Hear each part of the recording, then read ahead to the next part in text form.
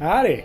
Well, today's problem, and I'm sure somebody's going to need to do this and going to be a little nervous about it, so I thought I'd show you how to do it, is I have this island, and we need to bring a power cable down from the ceiling and go through the island. So we're going to need to drill a hole in the island.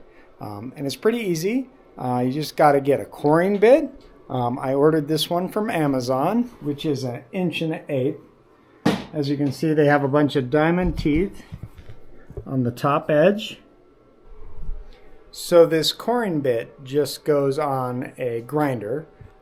In this case, I'm going to put it on this sander because it spins at a little lower speed and it has a soft start. But you could just put it on a regular grinder if you needed to.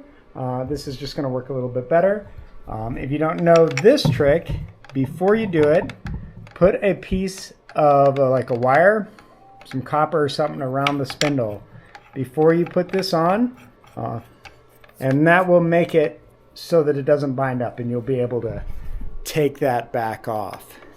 The next little trick you're going to want to do with this, and this is kind of important, is you can go at this dry, but it's going to make a whole bunch of silica dust, which is unpleasant, horrible for the job site, makes clients unhappy, all that kind of thing, going to make you unhappy, and it's hard on the bit.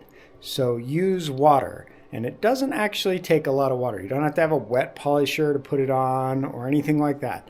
What I do is I take a rag and I'll make a dam area around where I want to drill the hole to catch all the spray.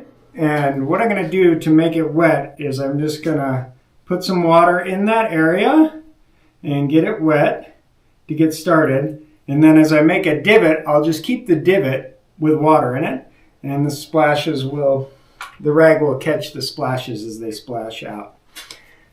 When you start, you don't want to plunge straight down because it'll kick it out. So you want to start on tipped at an angle and let it dig in a little bit and then tip it up and then start your hole down. Now you're just starting it smooth and getting out, and you're going to tip it up.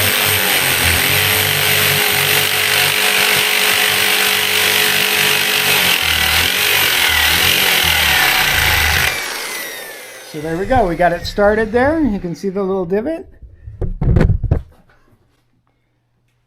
I'm going to add just a little bit more water in there. And now we're just going to power it through. Put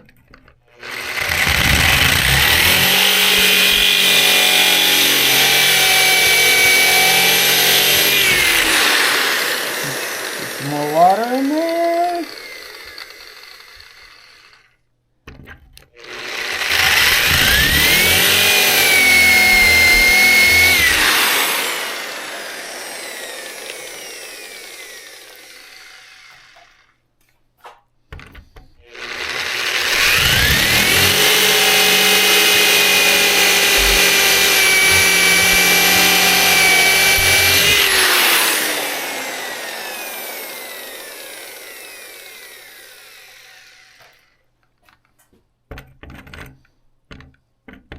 Where's my hole?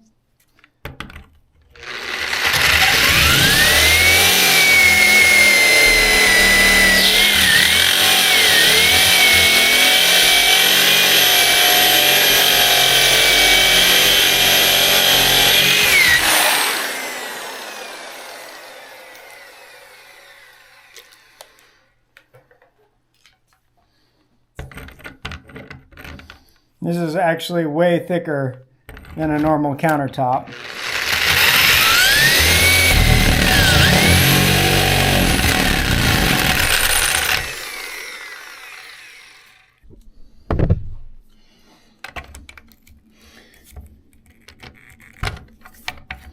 So I'm going to take that off by hand so you can see how much it didn't tighten down. That core plug is stuck inside of there.